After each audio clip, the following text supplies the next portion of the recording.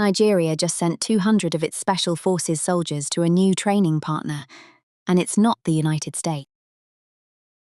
In April 2026, Nigeria and Turkey signed a defense pact that goes far beyond training: joint weapons production, technology transfer, and a brand new military facility on Nigerian soil.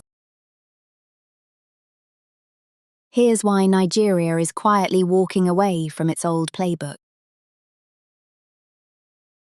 The deal was struck at the Antalya Diplomacy Forum, where Nigeria's defense minister met his Turkish counterpart and confirmed 200 special forces personnel would deploy to Turkey immediately for elite counter-terrorism training. It's also part of a bigger pattern.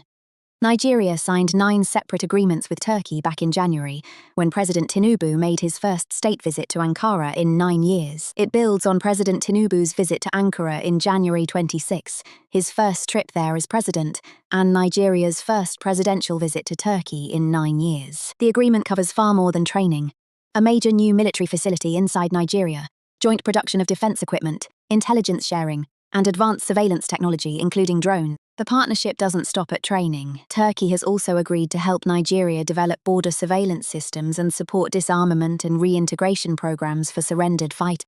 Turkey is the world's leading exporter of armed drones, and notably cheaper than the Western alternatives Nigeria has relied on for years. Nigeria has been fighting Boko Haram and ISWAP for 17 years. Turkey has fought its own insurgencies for 40. Here's what's really going on. Nigeria isn't just adding a new partner, it's hedging against an old one. For decades, Nigeria's security relationship has run primarily through Washington, but tensions have grown, including public claims from the US about religious persecution in Nigeria. Turkey offers Nigeria something the US doesn't: cheaper hardware, fewer political strings, and a seat at the table as a co-producer, not just a buyer. That's the real headline. Nigeria isn't just training with Turkey. It's trying to build its own defense industry using Turkey as the teacher. Diversifying security partners isn't free. Every new training pipeline means new equipment standards, new doctrine, new dependencies to manage alongside the old ones.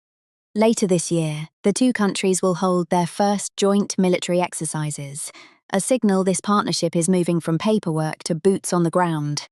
And Nigeria is doing this while still relying on US cooperation for other operations, a balancing act that gets harder to manage as partners multiply.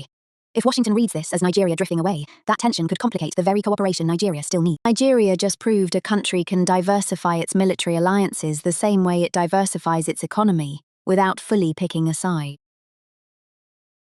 The real question: is this smart hedging, or the first sign Nigeria is quietly stepping out of America's orbit? Drop your take below. Next episode: the Sahel nations are paying to defend themselves, and it's actually working. That's next.